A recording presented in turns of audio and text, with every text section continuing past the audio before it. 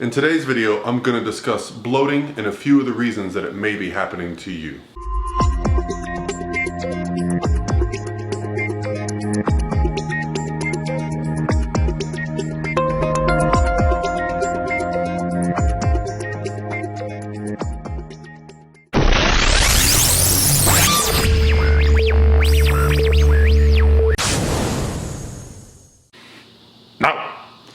Hey guys, this is Paul Revelia from ProPhysique.com, and today I want to address a question that, although it wasn't specifically asked of one of my clients for me to address in a video form, I find this to be a question that I get very frequently, definitely multiple times per week. And so I thought it would be a great topic to address and kind of give my thoughts on, so that perhaps the other people out there that are having these issues and aren't emailing me as a client can get some feedback on, because I think having a little bit of understanding of what's going on can kind of ease the mind. So today's topic, as I mentioned earlier, is going to be bloating, and specifically what I'm talking about is bloat in the abdomen region, because it can be quite concerning to someone who's in a fat loss phase or has a competition goal, or anybody in general who just notices when they eat, or at the end of the day they have typically a lot of bloating going on. And so I wanted to go over the most common things for why that may be happening to you. So the first thing I want to address is a clinical condition called IBS, which many of you are going to be familiar with, but for those of you who are not, IBS is just known as Irritable Bowel Syndrome.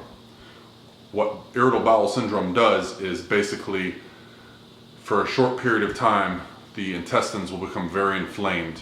That's going to cause some physical changes, which can manifest into bloating, pain, discomfort, diarrhea. IBS, everyone that I've talked to, there is actually no way to know what causes it. It's diagnosed just because of the frequency of the irritability. There are some medications and there are some remedies for it. I'm not a doctor, I'm not going to dispense that advice.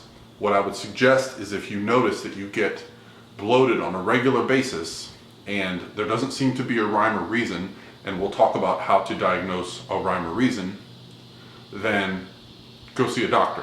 Because if you get diagnosed with IBS, there are some options. But I just wanted to get that one out of the way. If it's a medical thing like IBS, then you're probably going to have to deal with that for the rest of your life. Most of my clients that I talk with are dealing with it in some form of medication. The second one I want to discuss is called food intolerances. A lot of people have food intolerances. A lot of people that never had them when they were at certain points in their life will get them at different points in their life. So with food intolerances, which I actually have a lactose intolerance, I have found that it actually has like a threshold. So what you can do, if you feel that you have bloating going on at certain times of the day, track your diet and take a look at what could be the common reasons that you're getting a reaction. Some people, if you're intolerant to certain foods, will get a reaction immediately. Other people, it might take hours to manifest itself, because remember, food digests slowly over a 24-hour period. So it's in contact with the intestines for a long time, depending on what's going on outside of those meals in your day. So just because you eat something at one point, that doesn't mean it's automatically what your intolerance is to. That may be actually forcing something else you ate to move further down the intestine and creating a reaction that way. For many of my female viewers, you'll be familiar with PMS. Premenstrual symptoms do cause bloating, do cause fluid retention, does cause a shift in body composition temporarily, and there are things we can do to combat that. If you're competing, there are things that can be done around that, but this is just a normal part of the female experience. All my men out there, hallelujah, we don't get this, but it's just a part of life. And you know, some of my clients even joke around about it. My client Rochelle, she just updated me this week.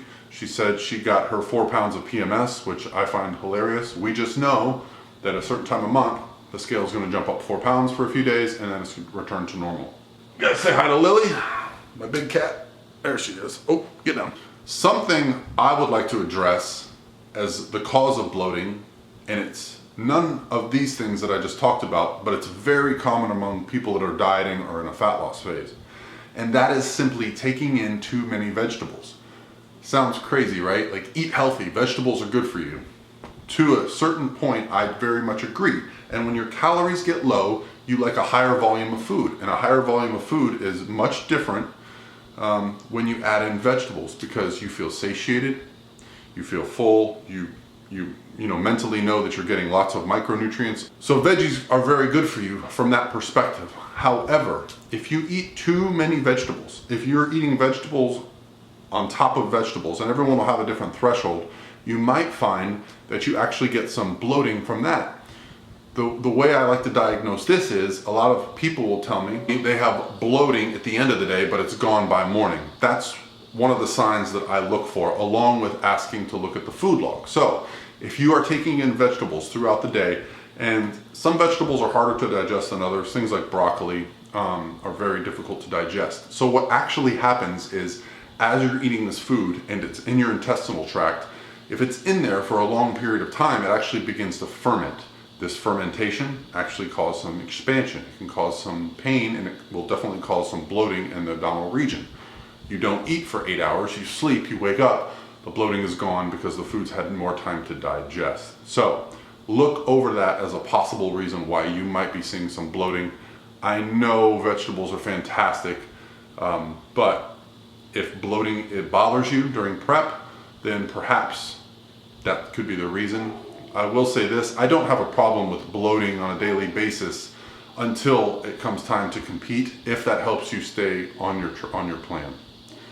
Another thing to consider is that if you do have a food intolerance and it doesn't seem to impact you early on in contest prep or early on in a fat loss phase, it may be because your metabolism is fast enough that you're processing food at such a rate that it doesn't stay in contact with the intestines long enough to cause the issue.